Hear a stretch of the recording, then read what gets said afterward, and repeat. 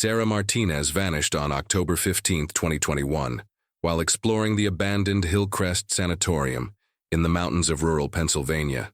She was 28 years old, a dedicated intensive care nurse with a passion for medical history that would ultimately lead her into the shadows of the past. The autumn morning when she disappeared started like any other weekend for Sarah, filled with the quiet anticipation of discovery that had driven her to explore forgotten places for years. The alarm clock beside her bed buzzed at 6 in the morning, its persistent sound cutting through the peaceful silence of her small apartment in downtown Millfield. Sarah had always been an early riser, a habit formed during her nursing school years and reinforced by countless 12-hour shifts at St. Mary's Hospital. She moved through her morning routine with practiced efficiency, brewing coffee in the kitchen of her one-bedroom apartment while scrolling through the weather forecast on her phone. The October sky promised clear conditions with temperatures in the mid-50s, perfect for urban exploration. Sarah had discovered her love for exploring abandoned buildings during college, when a photography class assignment led her to an old textile mill on the outskirts of her hometown.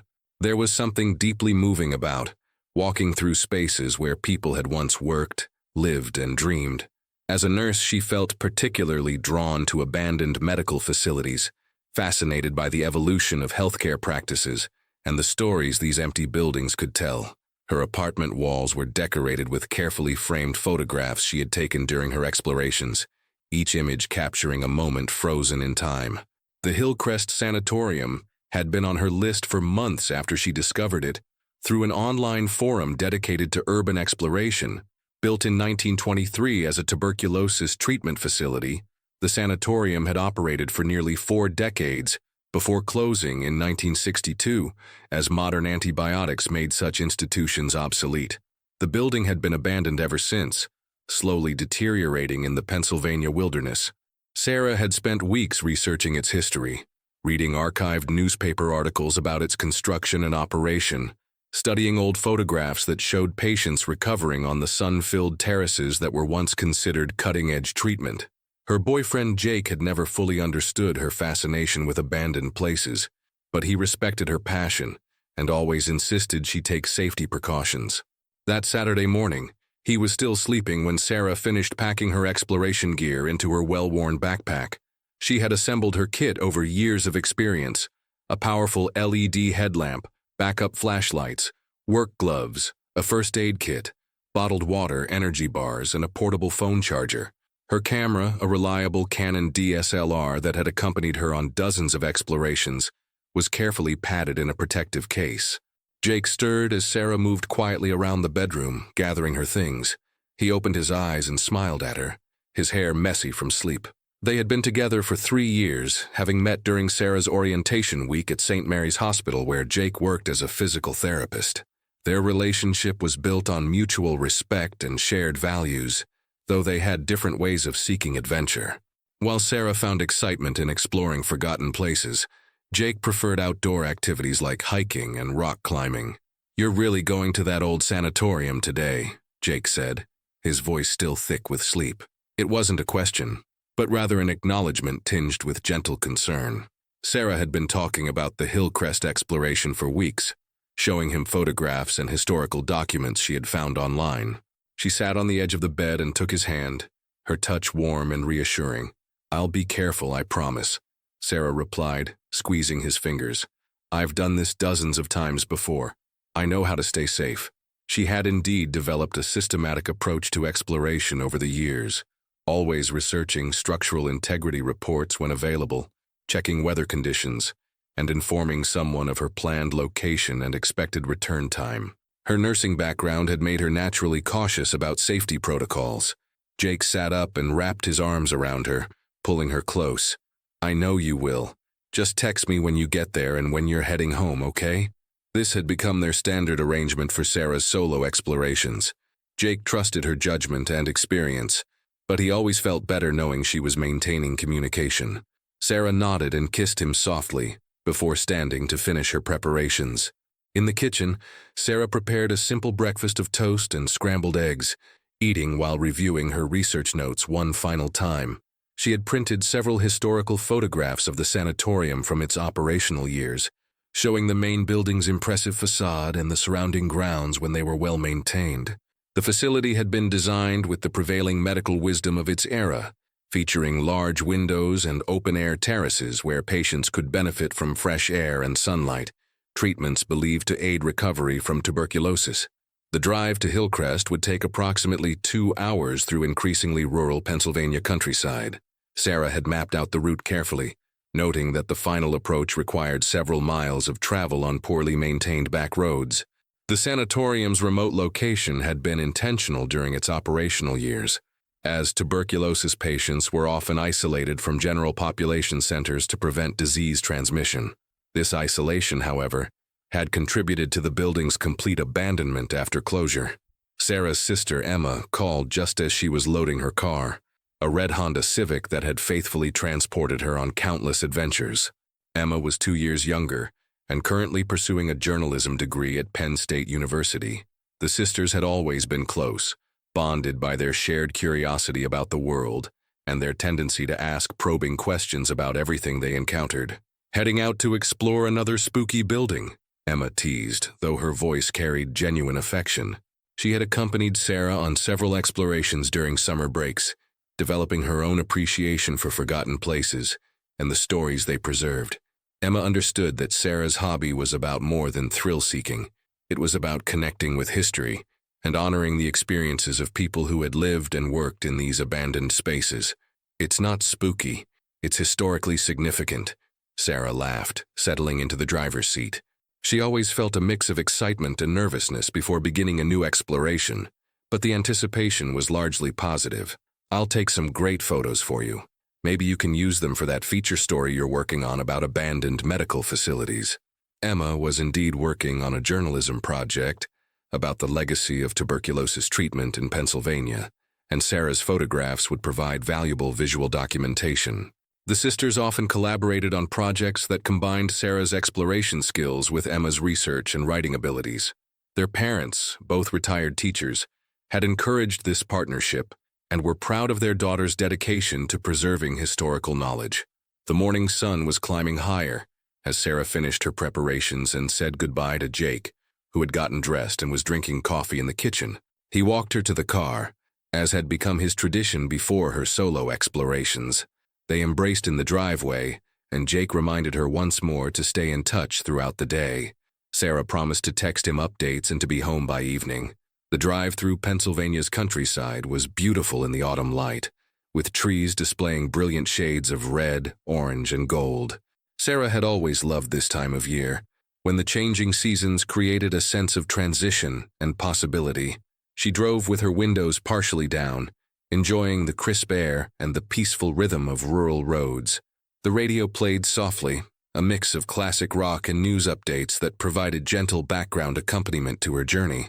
As she traveled deeper into the mountains, the roads became narrower, and the signs of human habitation grew increasingly sparse.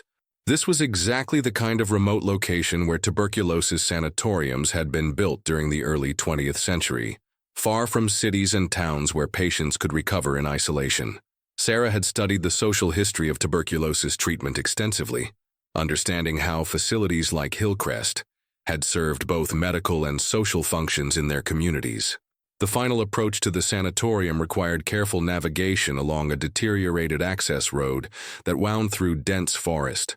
Sarah drove slowly, avoiding deep potholes and fallen branches that could damage her car. The isolation was profound here, with no cell phone coverage and no sounds except for wind in the trees and the occasional call of birds overhead. She felt the familiar thrill of approaching a new exploration site, knowing that within minutes she would be walking through spaces that had been abandoned for decades. Sarah parked in what had once been the sanatorium's main parking area, now overgrown with weeds and small trees that pushed up through cracked asphalt. The building itself was visible through the forest, its imposing brick facade still standing despite years of neglect.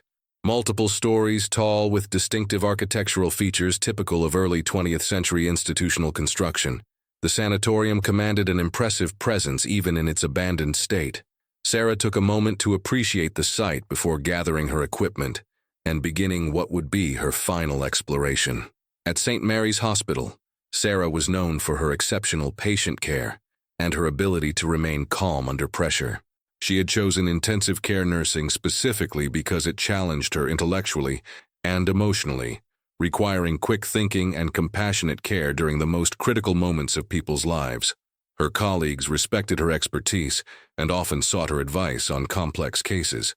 Dr. Patricia Williams, the ICU's head physician, had frequently praised Sarah's clinical judgment and her ability to anticipate patient needs before problems became critical. Sarah's interest in medical history had developed naturally from her nursing practice. She was fascinated by how healthcare had evolved over the decades, particularly the treatment of infectious diseases like tuberculosis that had once claimed so many lives. During her explorations of abandoned medical facilities, she often imagined the daily routines of the nurses and doctors who had worked in these spaces, the challenges they had faced with limited technology and understanding of disease processes.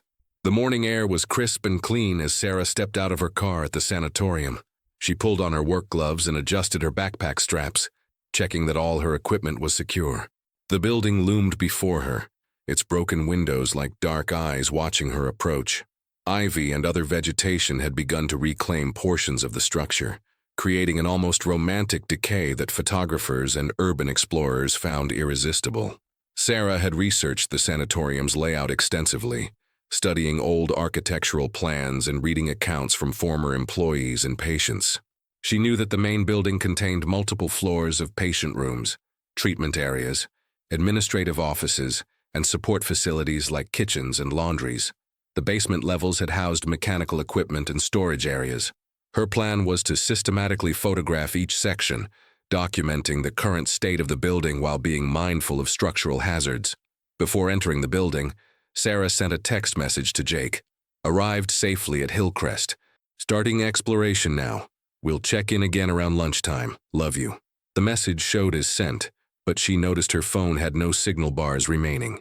This was expected given the remote location, but it meant she would need to drive back towards civilization later to send her promised updates.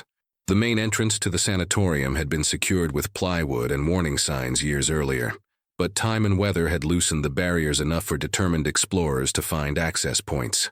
Sarah had located several possible entries during her research, including a service door on the building's east side that was reportedly accessible.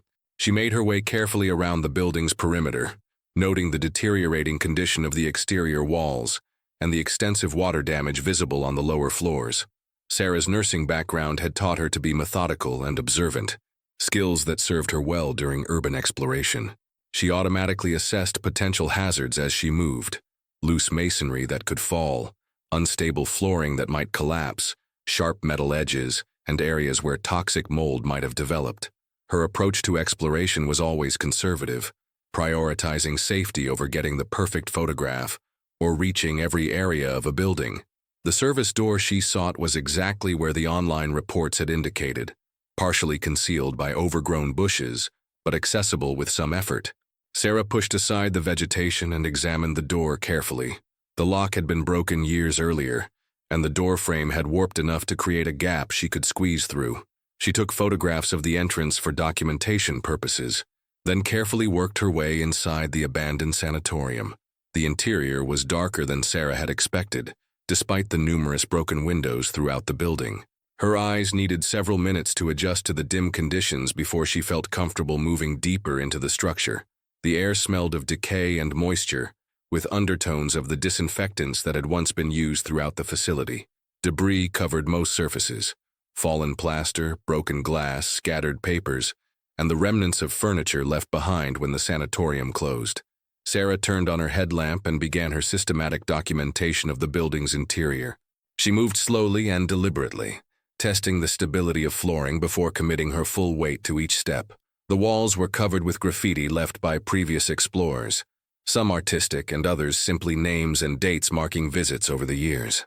She photographed these markings along with the architectural details, understanding that they too were part of the building's evolving history. The first floor contained what had once been the sanatorium's reception areas, administrative offices, and some patient treatment rooms.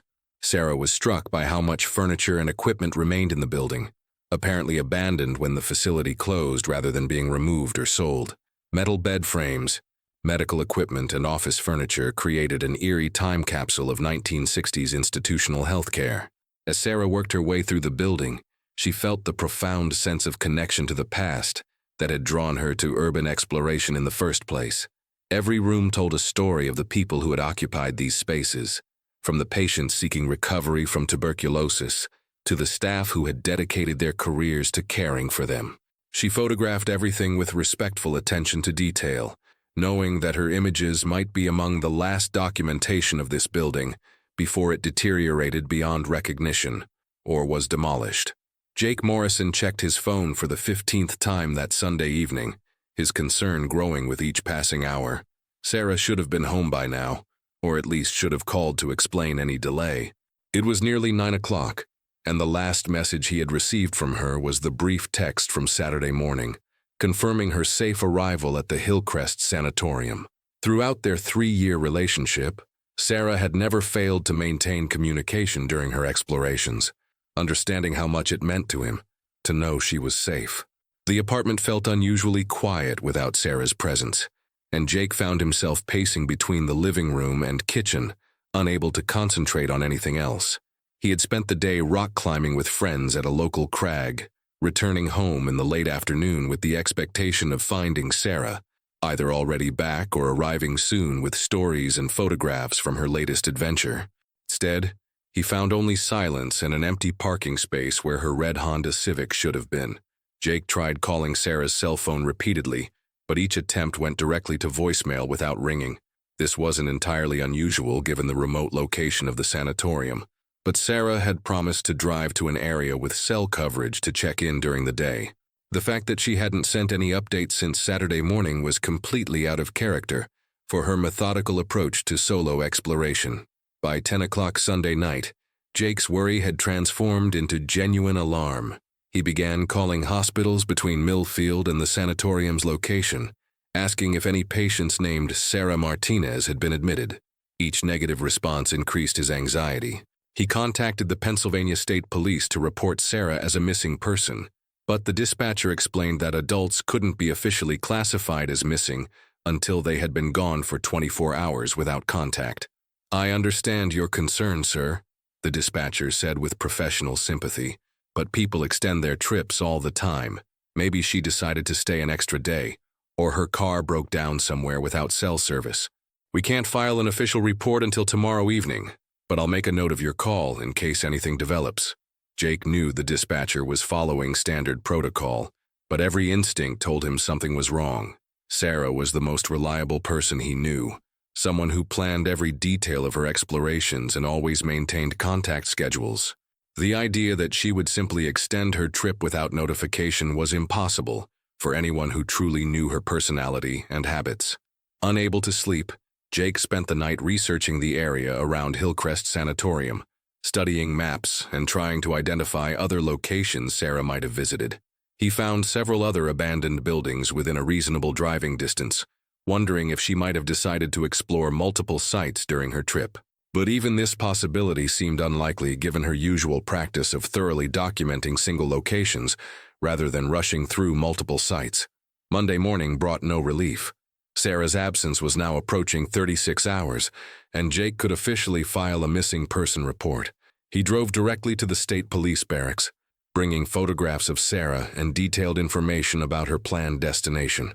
Trooper Michael Chen, a veteran investigator with the Missing Persons Unit, interviewed Jake extensively about Sarah's background, habits, and the circumstances of her disappearance.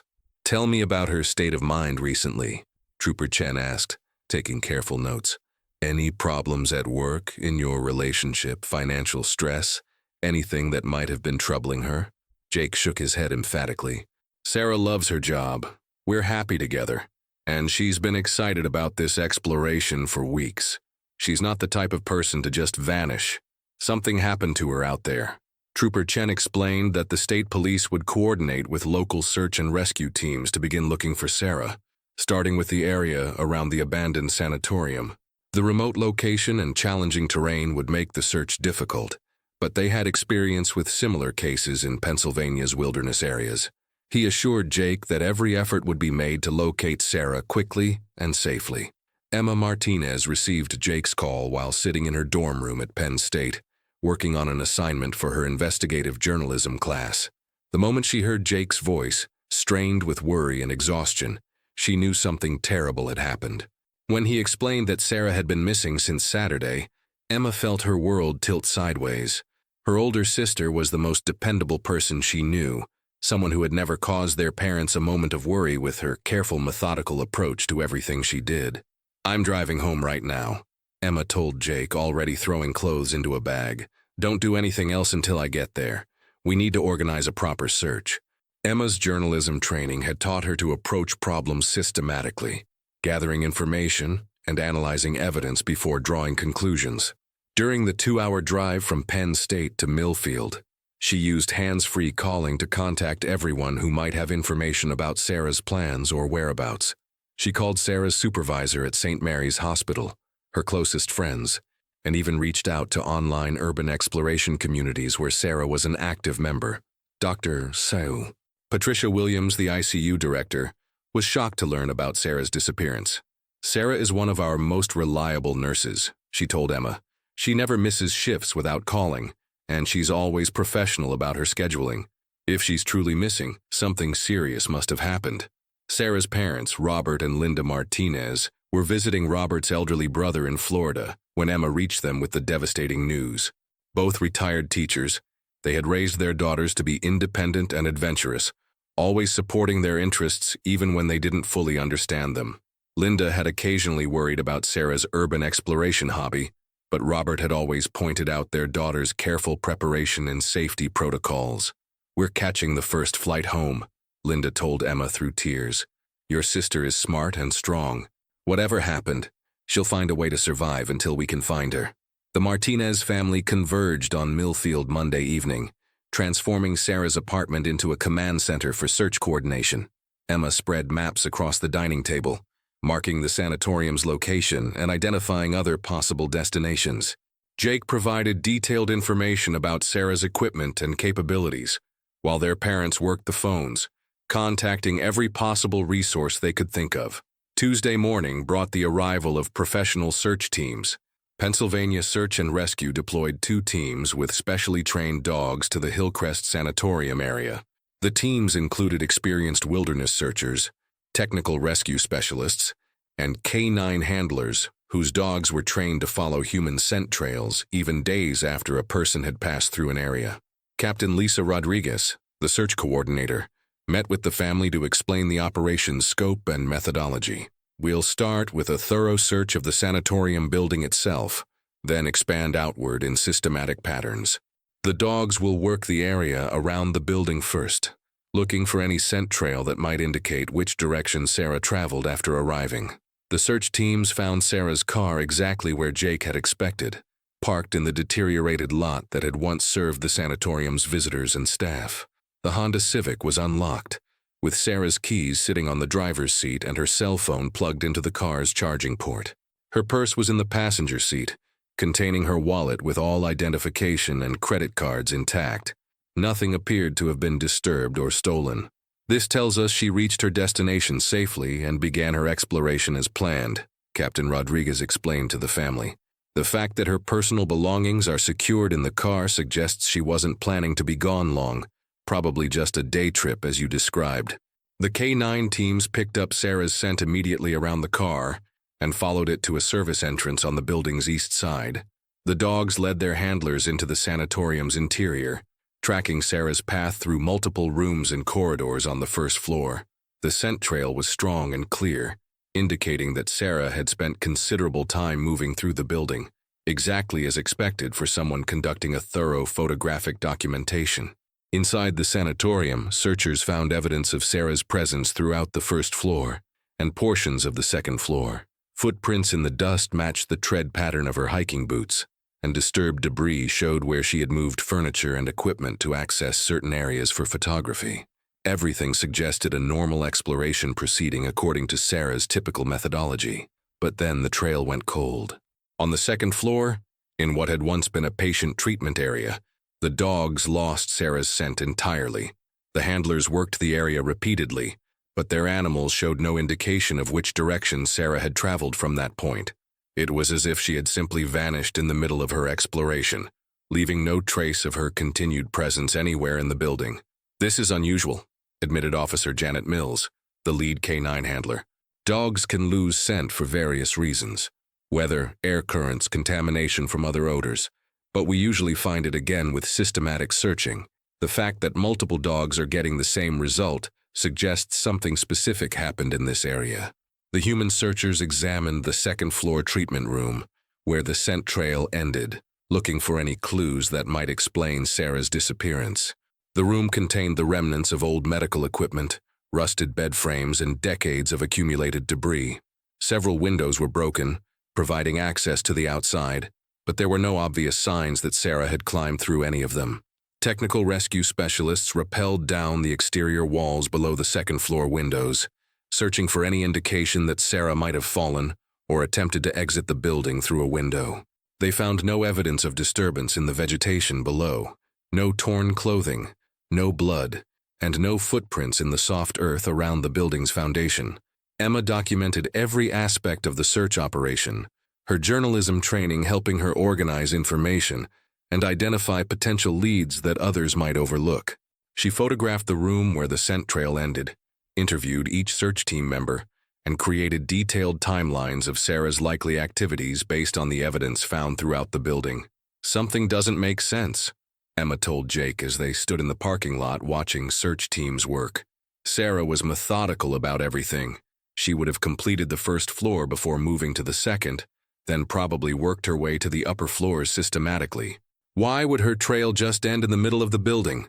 Local news media arrived by Tuesday afternoon, drawn by the unusual circumstances of a nurse disappearing inside an abandoned medical facility.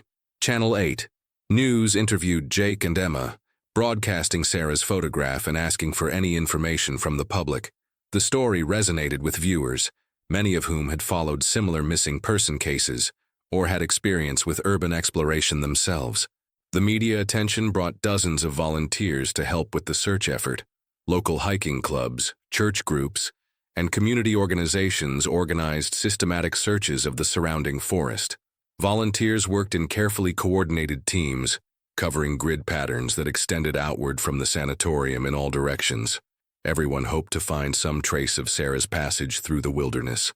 Dr. Patricia Williams organized a fundraising effort at St. Mary's Hospital to support the search operation. Sarah's nursing colleagues contributed both money and volunteer hours, with many taking time off work to join the search teams. The ICU staff created a rotating schedule to cover Sarah's shifts while maintaining their commitment to patient care, understanding that their colleague would have done the same for any of them. "Sarah is family to all of us," Dr. Williams told the local newspaper. "She saved countless lives through her nursing skills, and now it's our turn to help save hers. We won't give up until we find her." As the search entered its fourth day, the initial optimism began to fade into grim determination. Professional searchers had covered every accessible part of the sanatorium building, expanded their search radius to over 2 miles in all directions, and followed up on dozens of tips from the public. Aircraft equipped with thermal imaging cameras had flown systematic patterns over the area, looking for any heat signature that might indicate a person in distress. Emma found herself becoming the unofficial spokesperson for the family, her journalism background helping her communicate effectively with media and coordinate with various search organizations. She maintained a detailed log of all search activities, tips received, and evidence discovered, creating a comprehensive record that would be valuable for any future investigation. "We know Sarah is out there somewhere," Emma told reporters during a press conference. "She's smart, she's tough, and she's trained to handle medical emergencies. Whatever happened to her, we believe she's doing everything possible to survive until we can find her." Jake struggled with feelings of helplessness as the days passed without any sign of Sarah. He had taken leave from his job as a physical therapist to focus entirely on the search effort, but felt frustrated by his inability to contribute more meaningfully to the technical aspects of the operation. His rock climbing experience made him useful for searching difficult terrain, but the vast wilderness around the sanatorium seemed to have swallowed Sarah without leaving any trace. The Martinez parents arrived from Florida and immediately threw themselves into supporting the search effort. Robert used his organizational skills from his teaching career to coordinate volunteer schedules and resources, while Linda worked with local restaurants and businesses to provide food and supplies for search teams. Their presence brought additional stability to the operation, allowing Emma and Jake to focus on working directly with professional searchers. By the end of the first week, search coordinators had to acknowledge that the operation was transitioning from an active rescue mission to a recovery effort. The chances of finding Sarah alive in the wilderness decreased dramatically with each passing day, especially given the dropping temperatures as autumn progressed toward winter. Captain Rodriguez called a meeting with the family to discuss the search's future direction. "We've covered every reasonable area where Sarah might have traveled from the sanatorium," she explained with professional compassion. "We'll continue following up on tips and maintaining aerial surveillance, but we need to start considering other possibilities for what might have happened." "What other possibilities?" Emma asked, though she dreaded hearing the answer. "Sarah might have left the area voluntarily for reasons we don't understand. She might have encountered someone else at the sanatorium who convinced her to leave with them. Or she might have had an accident in a location we haven't been able to access yet." None of these possibilities provided comfort to Sarah's family and friends, who knew her character too well to believe she would leave voluntarily without explanation. The idea that she had encountered another person at the remote sanatorium raised disturbing questions about her safety, while the possibility of an undiscovered accident suggested her body might never be recovered. As the search entered its second week, the intensity of daily operations began to decrease, though volunteers continued working in smaller groups and search coordinators maintained their commitment to following any new leads. The story remained in local news coverage, and Sarah's photograph was distributed throughout Pennsylvania and neighboring states. Emma returned to Penn State reluctantly, promising to continue working on Sarah's case remotely while maintaining her academic commitments.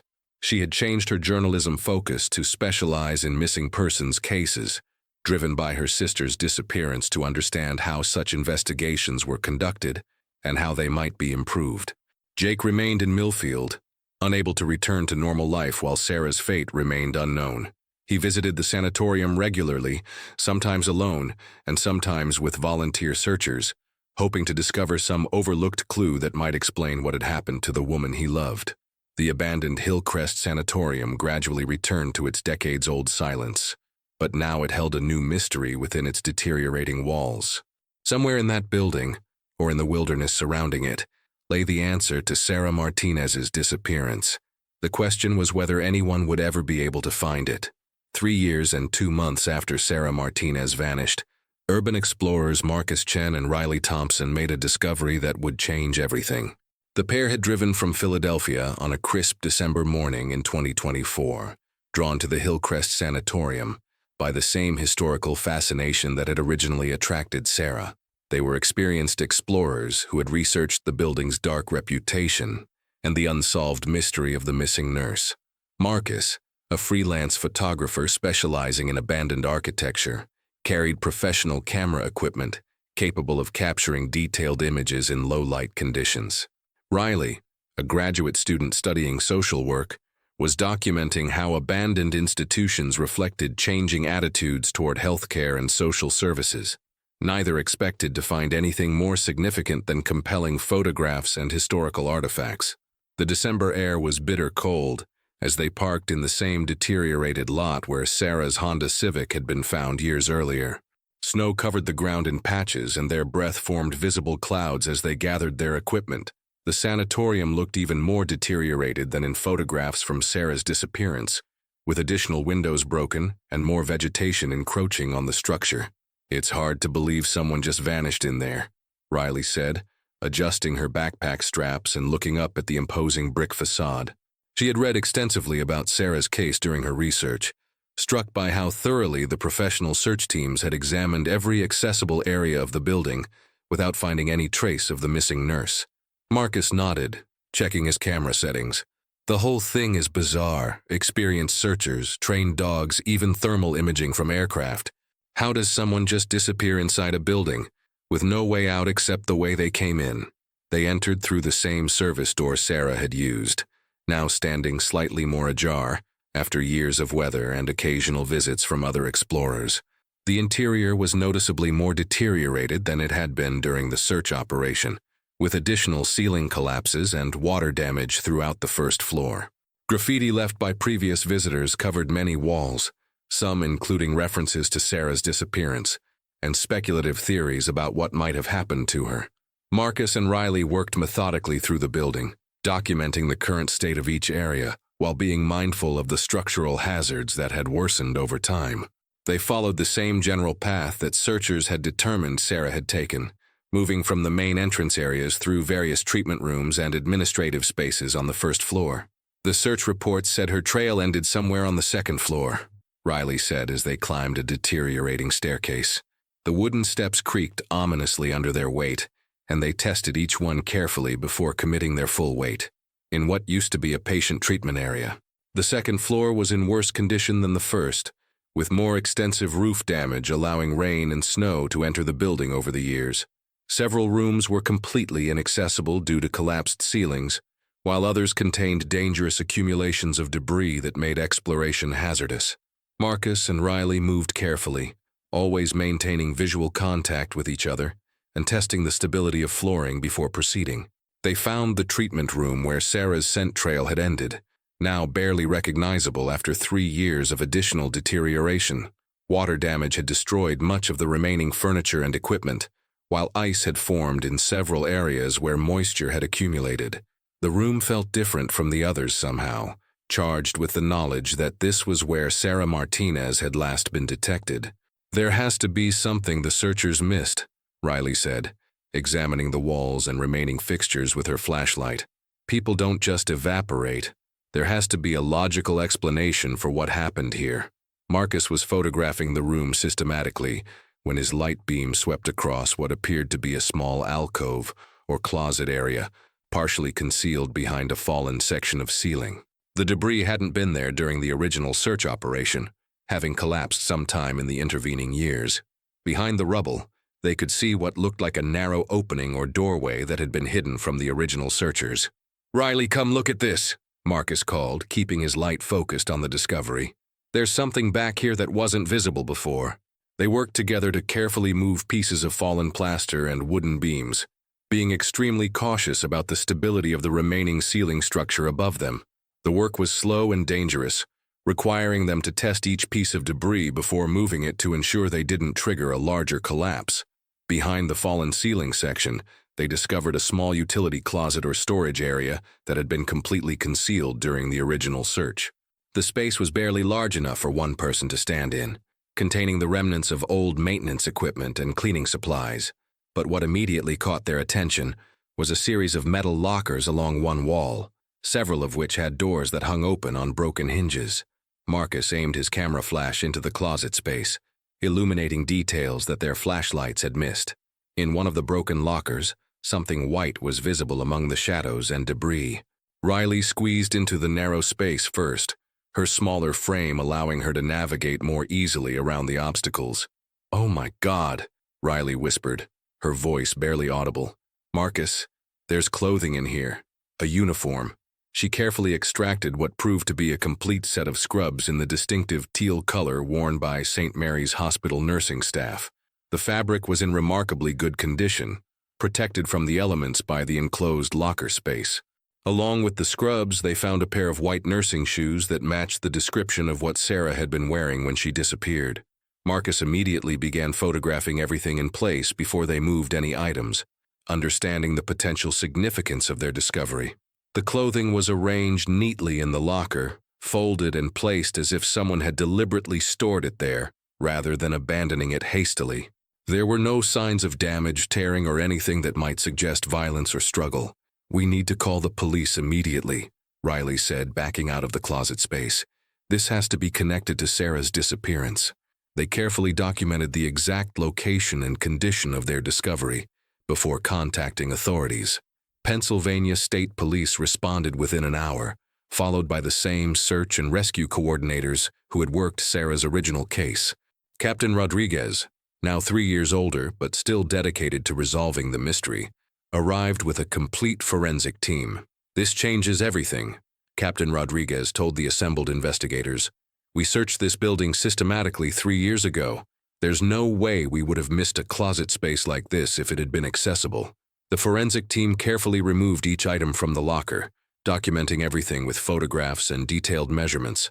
The clothing was immediately recognizable as matching Sarah's description from the day she disappeared. Her hospital identification badge was still pinned to the scrub top, and the shoes showed wear patterns consistent with someone who spent long hours on their feet in a medical environment. Emma Martinez received the call while working late at the Pittsburgh Tribune-Review, where she had landed a job covering investigative stories after graduating from Penn State. 3 years of wondering about her sister's fate had driven her to specialize in missing persons cases, and she had never stopped hoping for a breakthrough in Sarah's disappearance. "We found her uniform," Captain Rodriguez explained carefully. "It was hidden in a storage area that wasn't accessible during our original search. We're processing everything for evidence, but I wanted you and your family to know immediately." Emma felt a mixture of relief and renewed anguish. Finding Sarah's clothing proved that something significant had happened in that building, but it also raised terrifying new questions about her sister's fate.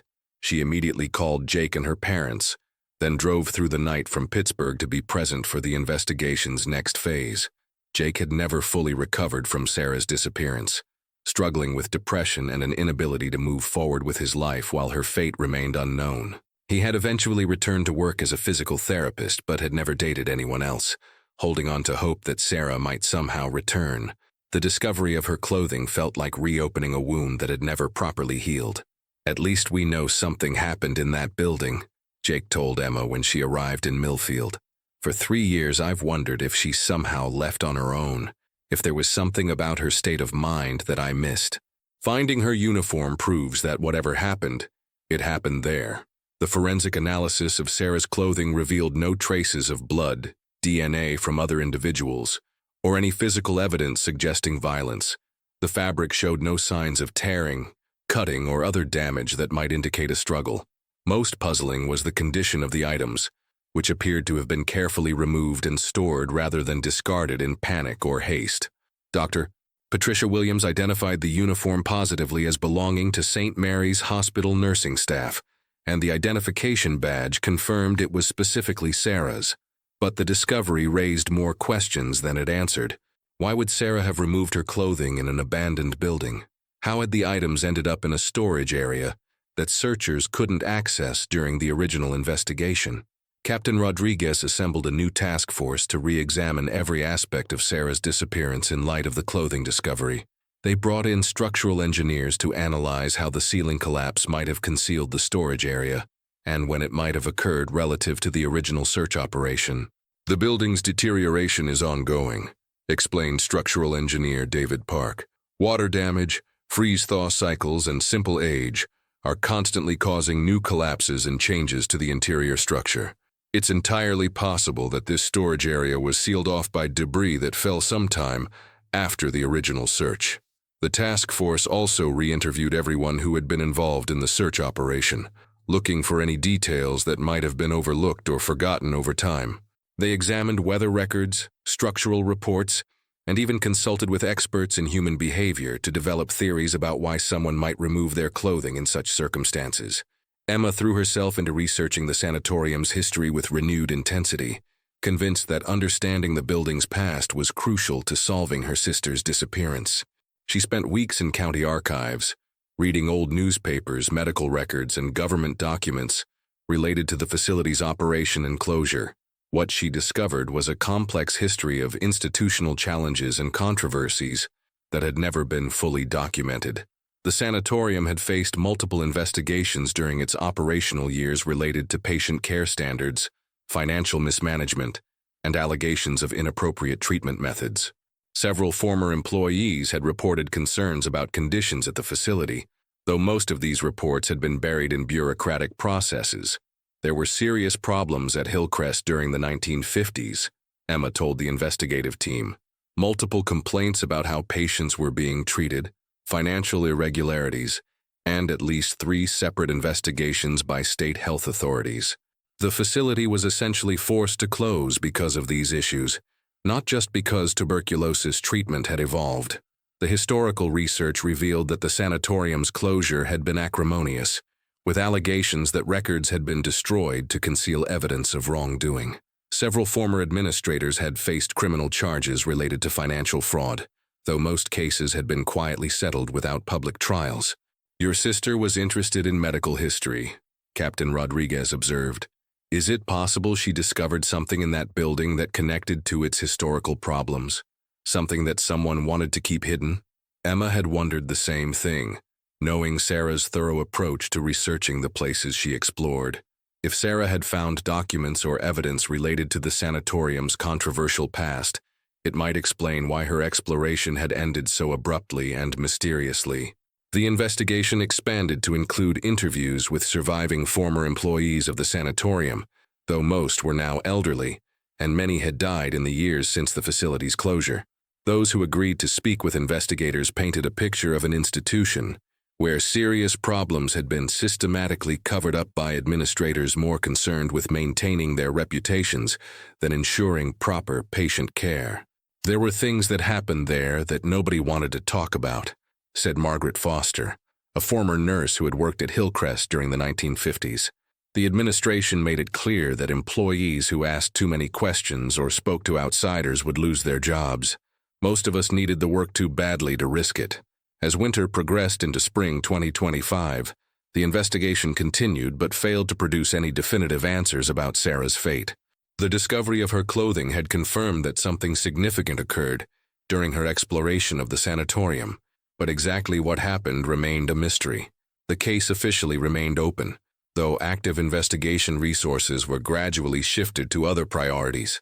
Emma returned to her journalism career, but continued researching the case independently, convinced that the truth about her sister's disappearance was somehow connected to the sanatorium's hidden history. She had developed contacts throughout the medical history community and continued following any leads that might shed light on what Sarah might have discovered in that abandoned building. Jake finally began seeing a therapist to help him process his grief and move forward with his life, though he never stopped hoping that someday the mystery would be solved. The discovery of Sarah's uniform had provided a strange form of closure, confirming that she hadn't simply chosen to disappear, but had encountered something in that building that changed everything. 3.5 years after Sarah Martinez first walked into the Hillcrest Sanatorium, her fate remained unknown, but the discovery of her carefully stored uniform suggested that whatever happened to her involved deliberate action rather than accident or random violence. Somewhere in the complex history of that abandoned medical facility lay the answer to her disappearance, waiting for someone persistent enough to uncover the truth.